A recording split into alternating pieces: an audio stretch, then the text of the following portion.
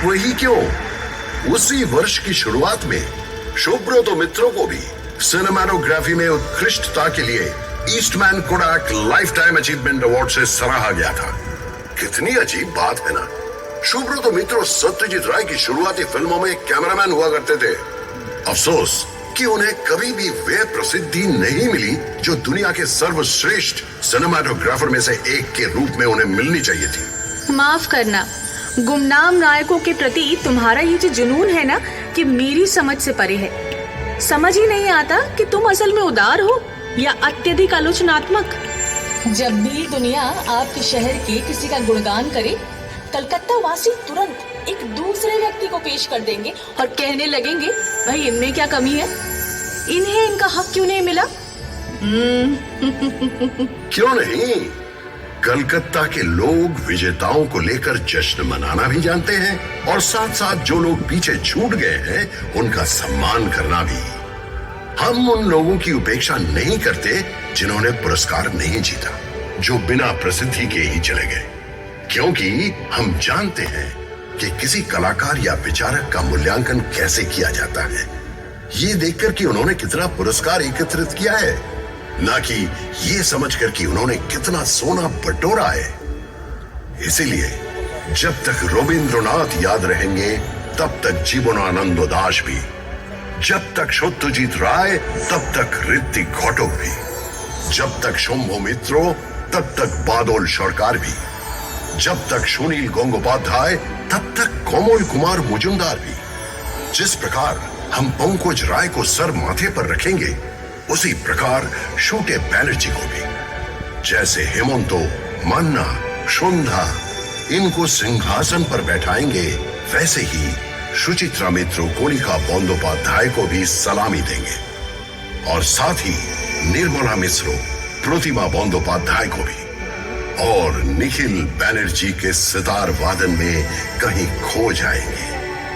ये कोई सनक नहीं, इसे कहते हैं गहरी अंतर्दृष्टि, समझे?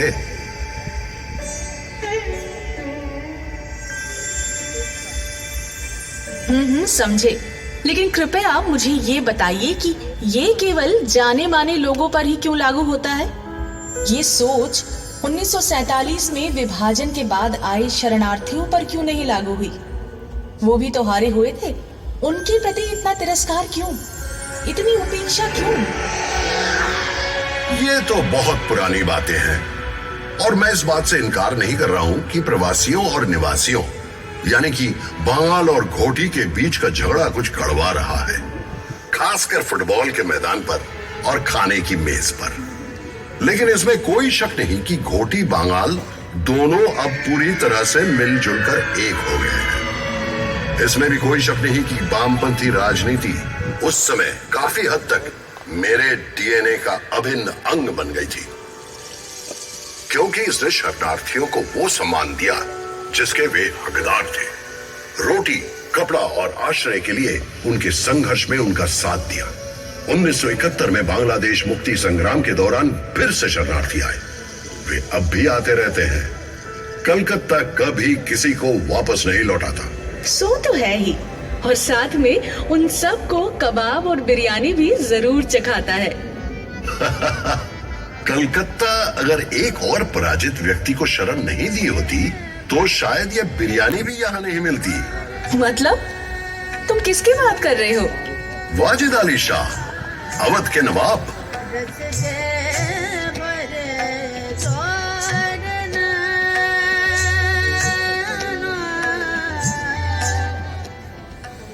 (1856) में अंग्रेजों ने बिना किसी लड़ाई के उन्हें गद्दी से हटाकर निर्वासित कर दिया कलकत्ता में।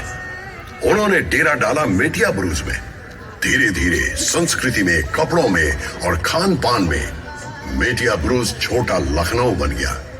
इस प्रक्रिया में स्थानीय संगीत और नृत्य भी प्रभावित हुए, लेकिन उससे कई गुना ज्यादा प्रभावित हुए कलकत्ता वालों का खाने का स्वाद और खाना पकाने के बर्तन आदि।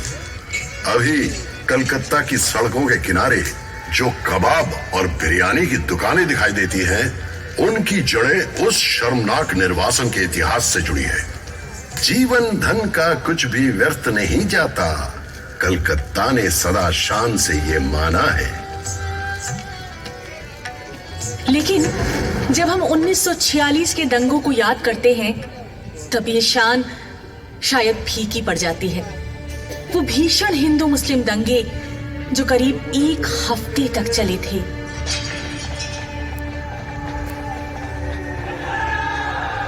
वाकई शर्म से सिर झुक जाता है। पर हाँ, साथ ही हमें यह भी भूलना नहीं चाहिए कि कई हिंदू परिवारों ने उस समय मुसलमानों को आश्रय दिया था और कई मुसलमानों ने अपने हिंदू मित्रों की जान बचाई थी। कलकत्ता हमेशा उसी जज्बे को संजोकर आगे बढ़ता रहा है। खैर वो छोड़ो, विदेशों में जब रविशंकर और अल्लाह रखा मिलकर अविश्वसनीय संगीत रचना करते हैं, जब वीरेंद्र कृष्ण भद्र का महिषासुर मर्दिनी कानों में बजने लगता है मुस्लिम कलाकारों का अलौकिक वादन के साथ, क्या तब उसी जादुई जज्बे का आभास नहीं होता?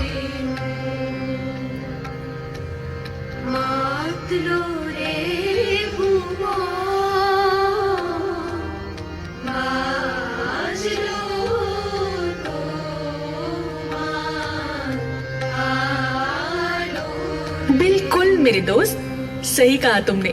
और इसी बात से जादूगर पीसी सरकार को लेकर एक वाकया याद आ गया। एक बार उनका मैजिक शो देखने सब लोग इकट्ठे हो चुके थे। निर्धारित समय के बाद 10 मिनट बीत चुके थे, लेकिन जादूगर साहब का कोई अता पता नहीं। सब लोग बेचैन हो रहे थे। अचानक सबको एक आवाज सुनाई देती है, हियर आई एम। सब लोग आश्चर्यचकित होकर देखते हैं तो वो मंच पर खड़े हैं और कह रहे हैं कि मैं तो सही समय पर ही पहुंचा हूँ।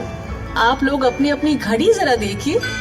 हैरान होकर सब लोग जब घड़ी की तरफ देखते हैं तो वाकई में उनकी घड़ियां 10 मिनट पीछे चली गई थी। कुछ भी नहीं बदला है और तुम भी उनके ही जैसे हो, सामूहिक सम्मोहन के उस्ताद। घड़ी की सुई और इतिहास के पन्नों के बीच से गुजरते आगे बढ़ते जा रहे हो। कभी लोग तुम्हारी पूजा करते हैं तो कभी तुम पर व्यंग कसते हैं, पर इन सब के बीच तुम अपनी झिलमिलाती मुस्कान को बरकरार रखते हुए घोषणा करते हो, हियर आई एम।